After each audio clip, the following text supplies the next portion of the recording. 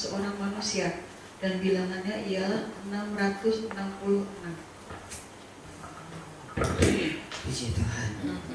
Kita telah membaca beberapa pasal dan kita telah melihat bagaimana cara Allah menyelesaikan rencananya di atas muka bumi, bukan hanya lagi dengan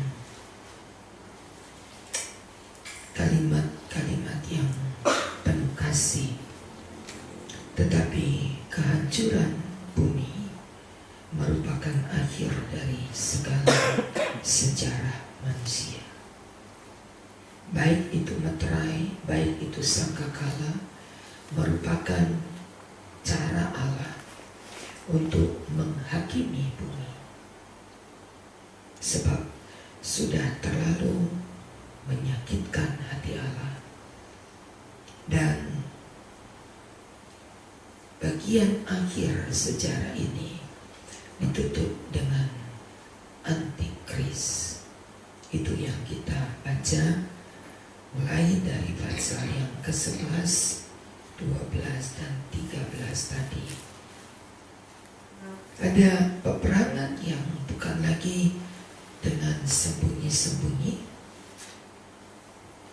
tetapi peperangan yang nyata. Antikris tidak datang dengan cara yang sembunyi-sembunyi. Dulu tidak pernah terdengar kekuatan-kekuatan antikris. Dulu orang masih membicarakan itu sebagai sebuah rahasia. Tetapi sekarang apa yang disebut dengan antikris merupakan bagian dunia yang mereka sebut punya hak. Mereka punya hak hidup.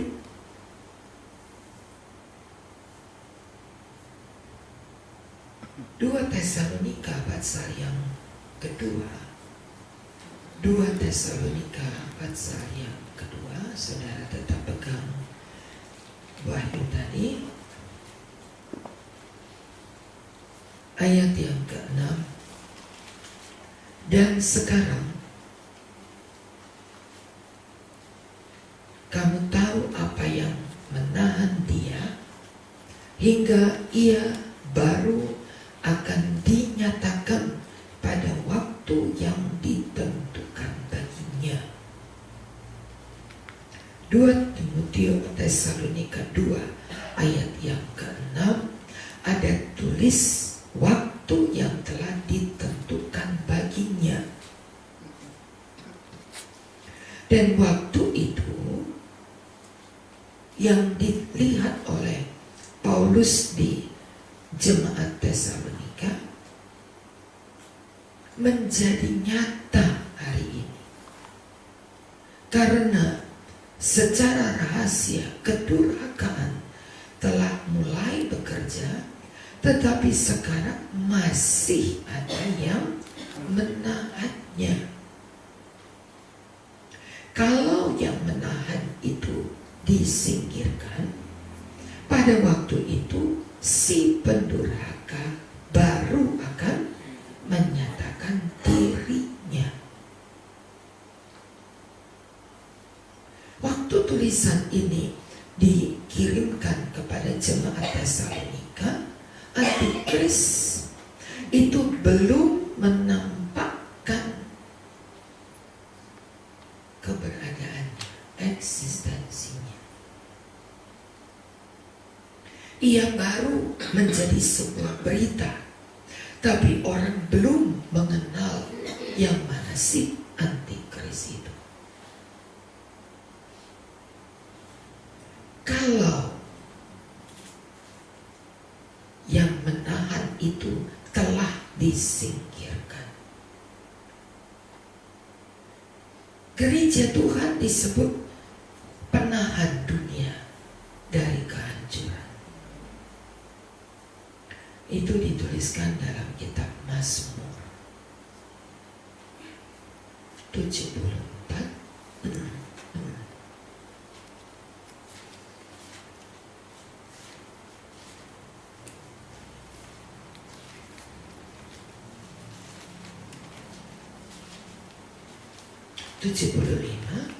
Ayat yang keempat.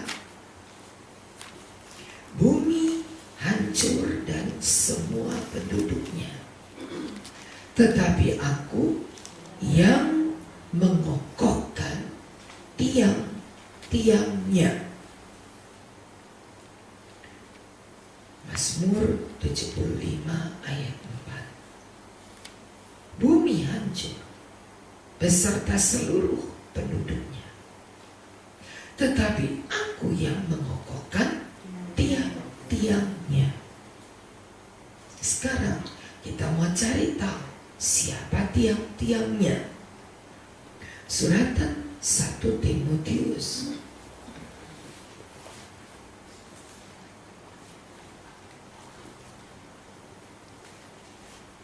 1 Timotius pasal 3 ayat 15 berkata,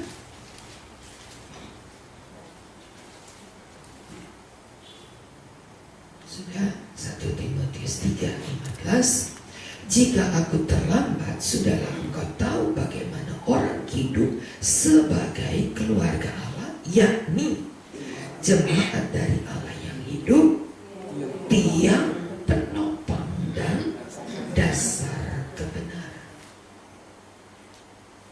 Sekarang kita tahu yang disebut tiang-tiang yang menahan bumi untuk tidak dibinasakan adalah jemaat dari Allah yang hidup.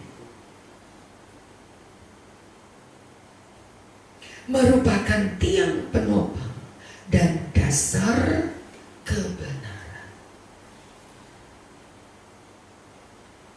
Jadi saudara perhatikan bahwa tiang-tiang penopang bumi ini belum dibinasakan. Itu adalah gereja Tuhan. Gereja Tuhan yang mana? Gereja Tuhan yang memegang kebenaran.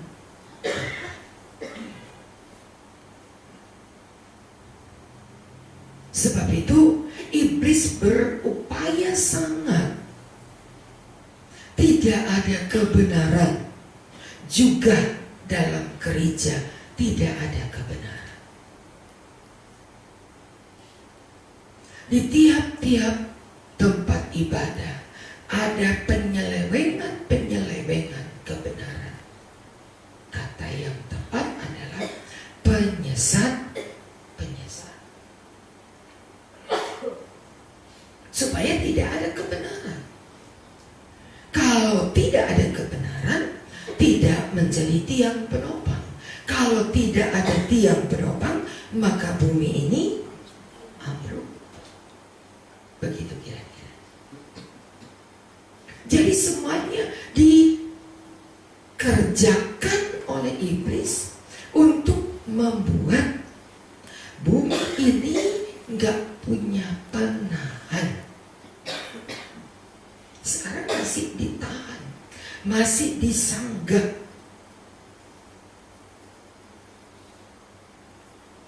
Lalu kita kaitkan dengan 2 Tesalonika 2 tadi.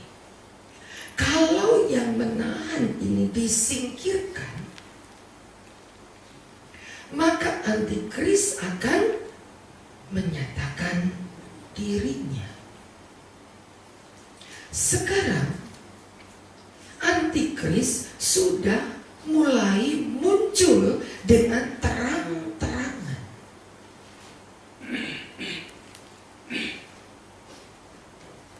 Saya suka mengikuti acara Islam,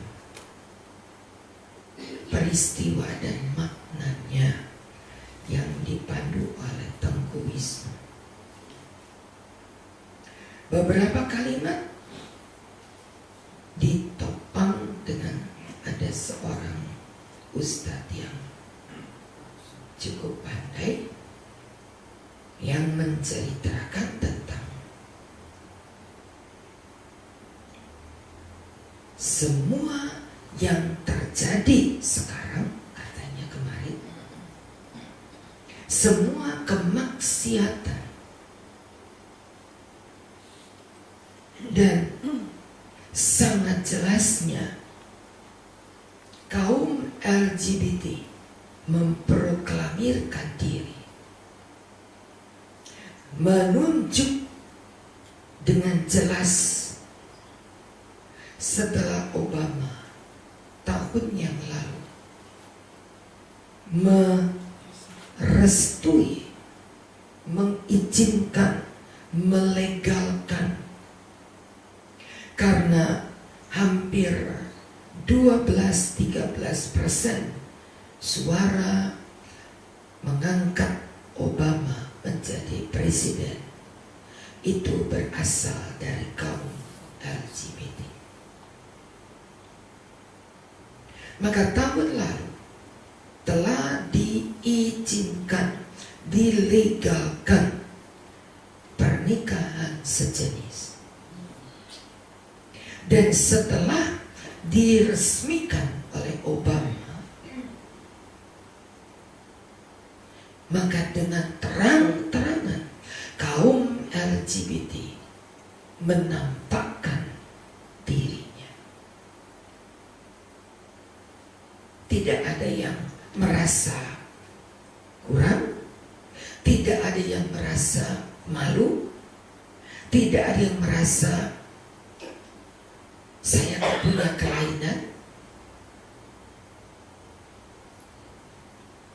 Tapi mereka membentuk satu masyarakat sendiri yang mengatakan, aku berhak hidup, aku berhak dan punya hak manusia, hak asasi manusia yang dilindungi oleh hukum HAM sedunia, merupakan wujud nyata bagaimana tiang-tiang penopang itu mulai kehilangan fungsinya. Jadi ada satu hal yang harus kita perhatikan. Sementara kaum LGBT ini menampakkan dirinya, berarti gereja Tuhan semakin kehilangan fungsinya. Dan saudara perhatikan, kenapa mereka bisa nongol? Kenapa mereka bisa menampakkan diri? Kenapa mereka bisa memproklamirkan kami adalah kaum yang berhak hidup? Karena gereja sudah kehilangan kebenarannya. Diakui oleh orang-orang bukan Kristiani.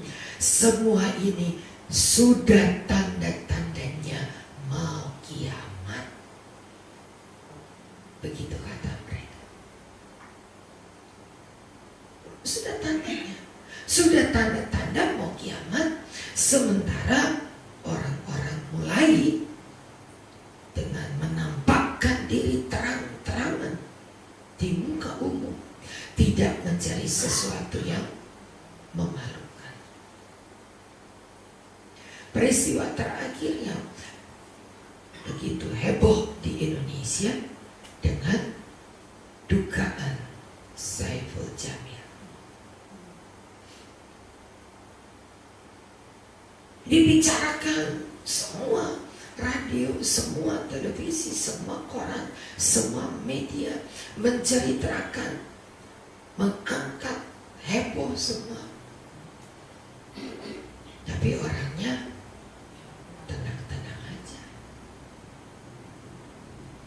Orangnya tidak merasa sedih, tidak merasa susah, tidak merasa menyesal, apalagi sudah menjadi satu kehidupan yang terang-terangan, yang dengan jelas dilihat oleh dunia.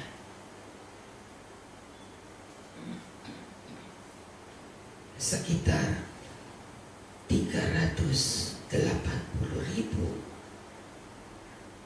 pengikutnya yang menyesalkan keadaan ini. Tapi dia cuek, tidak sedih, tidak susah.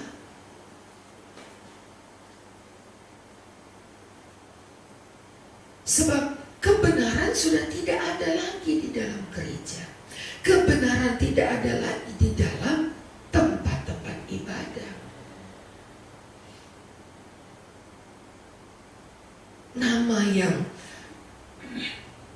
kental dengan rohaniawan, begitu Saiful Jamil disebut orang. Wah, orang yang rohaniawan seperti itu, yang sholatnya tekun, yang pakai belum lagi pakai, sepertinya begitu alim katanya. Orang seperti itu bisa diduga melakukan hal yang menurut kita memalukan, tapi menurut mereka sekarang sudah biasa, sudah kehilangan. Gereja Katolik pernah dihebohkan juga dengan para biarawan. Kata biarawan itu adalah pastor. Biarawan yang dibalik, sebab kalau biarawan dan biarawati itu punya pastori yang dipagar rapat seperti penjara, yang menutup diri dari masyarakat sekeliling. Bagi biarawan dan biarawati yang telah mengucapkan sumpah sehidup semati dengan Allah, disebut kaul kekal, maka untuk mereka punya satu lingkup kehidupan yang seperti penjara. Tidak ada pintu keluar masuk, hanya untuk mensuplai makanan saja mereka datang untuk memberikan makanan. Terpisah dari dunia luar, dan hosti-hosti yang dijadikan komuni Katolik itu dibuat oleh biarawan biarawati yang telah kaul kekal ini. Tetapi di beberapa media kemudian menjadi marak. Ini waktu saya masih kecil, dituliskan di beberapa banyak majalah, merupakan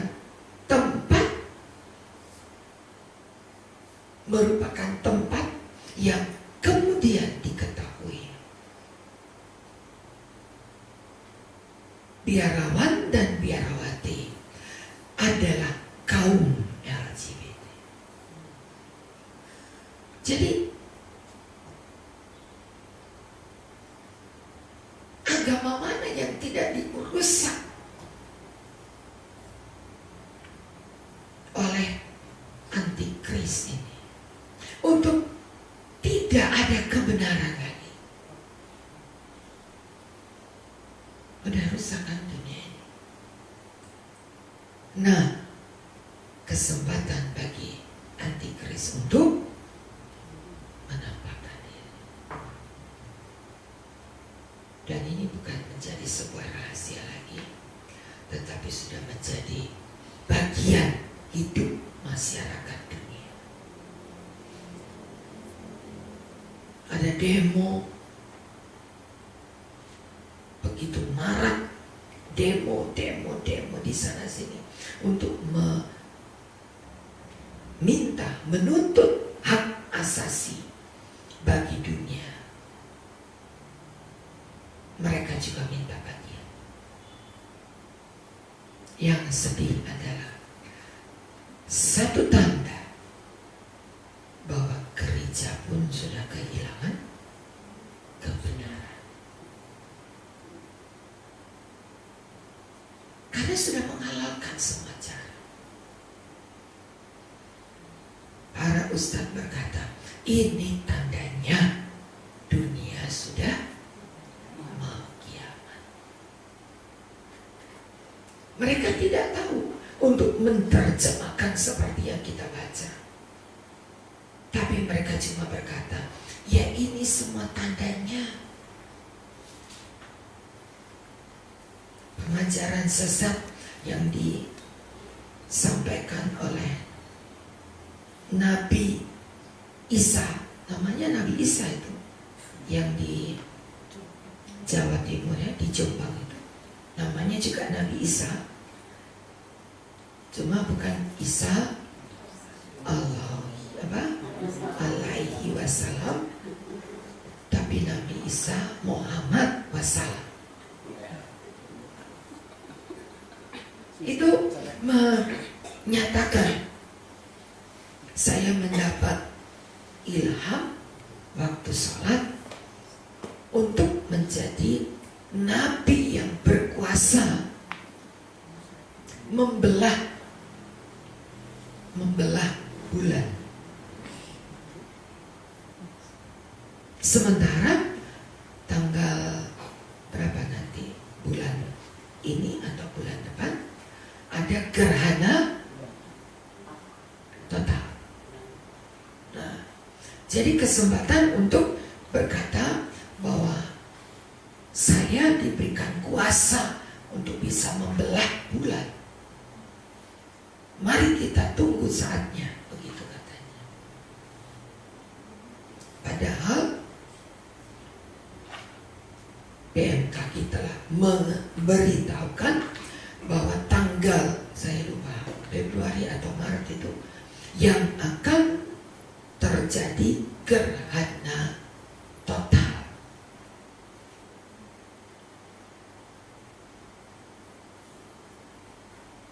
Ada banyak pengajaran sesat, bukan saja di dalam gereja, tapi di agama-agama manapun. Orang sedang dibingungkan untuk memegang kebenaran. Kemarin saya katakan, kalau Israel, Yahudi tidak mendapat kehadiran Mesias yang mereka nantikan dari hari ke hari, dengan berpalingnya mereka ke depan tembok ratapan, sangat jelas sampai kepada Yahudi pun orang akan kehilangan kebenaran. Karena ketika semua pengajarannya, terutama dengan hadirnya Mesias itu, gagal terjadi, maka dunia akan berkata pengajaran Yahudi itu sesat juga. Dan ini merupakan kehancuran Yahudi. Tidak lama, sebentar lagi,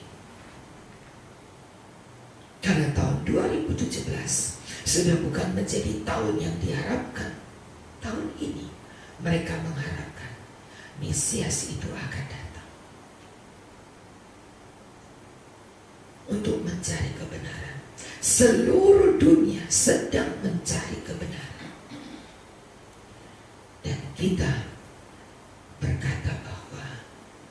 kita punya kebenaran, yaitu firman Allah. Akulah jalan, kebenaran dan hidup.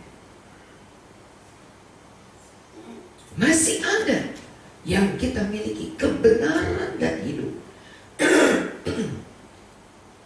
Jadi kalau gereja dimasuki dengan penyesatan untuk merobohkan tiang-tiang tadi, dan kalau tiangnya sudah roboh karena kebenaran sudah tidak ada lagi, kesempatan antikris berkata, akulah kebenaran. Inilah waktu yang sangat singkat. Kalau kita tidak dengan sungguh berdiri atas kebenaran Allah, maka kita tidak akan berdiri sebagai tiang-tiang penopang.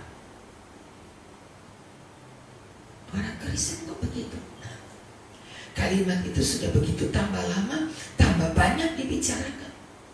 Orang Kristen kok begitu ya? Tidak ada bedanya. Peristiwa pembunuhan Angelina di Bali merupakan aib besar karena orang kenal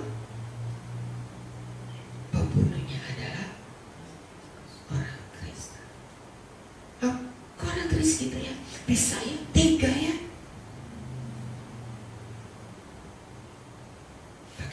Salib, tapi bunuh anak angkatnya, dimasukkan dalam kubur yang di halaman. Ini orang Kristen yang melakukan. Itu masih banyak lagi orang Kristen yang lain.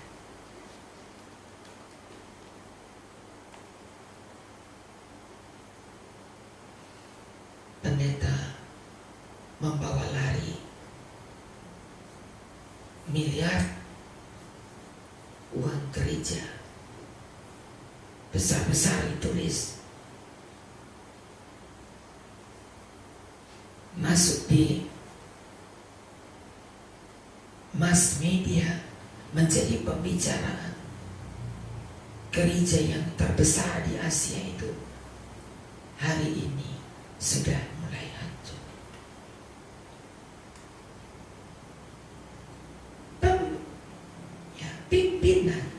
Pimpinannya, pendetanya yang besar,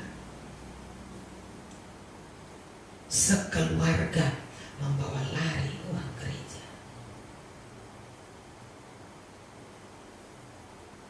Kita perhatikan, untuk membuat tiang penopang itu ambruk, lumpuh, tiang penopang itu roboh. Dan ini merupakan warning bagi kita, waspada kita. Biar gereja kecil begini, doakan selalu supaya setiap hari masih terdengar kebenaran. Kecil begini, apa sih kalau dibandingkan dengan gereja-gereja yang hebat-hebat? Gak ada apa-apanya. Tapi biarkan di tempat yang kecil begini, dengan jemaat yang sederhana ini, kita masih pegang kebenaran. Minta kepada Tuhan. Itu doa kita. Jangan minta doa duit aja, kaya aja, minta rezeki kalau pagi. Salah enggak? Tapi bukan itu saja doa kita. Berikan kami tiap hari kebenaran-Mu, supaya dengan kebenaran Tuhan kami dapat berdiri hari-hari ini. Bukan dengan kekuatan kita, tapi dengan kebenaran kita. Kerasa yang mengajar, kerasa yang mendidik. 'Untuk apa?' Untuk tidak kehilangan kebenaran. ketika anak-anak kita melihat mereka ibadah di tempat ibadah yang semuanya pakai celana panjang, cewek-ceweknya. Lalu mereka bilang, tahu begitu tadi kita juga pakai celana panjang ya. Bersyukur masih ada pembina-pembina yang berkata, gak usah tiru yang salah. Kalau kita tahu itu salah, tidak usah tiru yang salah. Biar kita tetap pegang kebenaran. Bersyukur anak-anak kita mulai kuat, basicnya mulai kuat, tahu menempatkan diri, tahu menyisihkan diri. Beberapa pembina-pembina, anak-anak remaja dan dewasa muda keluar dari ibadah yang seperti kemarin. Gak nyaman tinggal dalam kebaktian seperti ini. Sederhana. Padahal tidak tersurat GPDI Pelaksana tidak boleh celana panjang. Tidak tersurat. Tapi sudah dimengerti oleh jemaat. Tidak usah ikuti apa omongan saya, ikuti apa kata firman Allah. Ini kebenaran, bukan saya kebenaran, tapi firman Allah ini kebenaran. Pegang akan firman Allah, karena di dalamnya kita tetap menjadi tiang penopang. Di sana boleh roboh hingga tidak ada kebenaran, dan di mana tidak ada kebenaran maka antikris muncul. Kiranya di tempat kecil ini yang ada hanya kebenaran Allah, hingga antikris tidak dapat masuk di tengah-tengah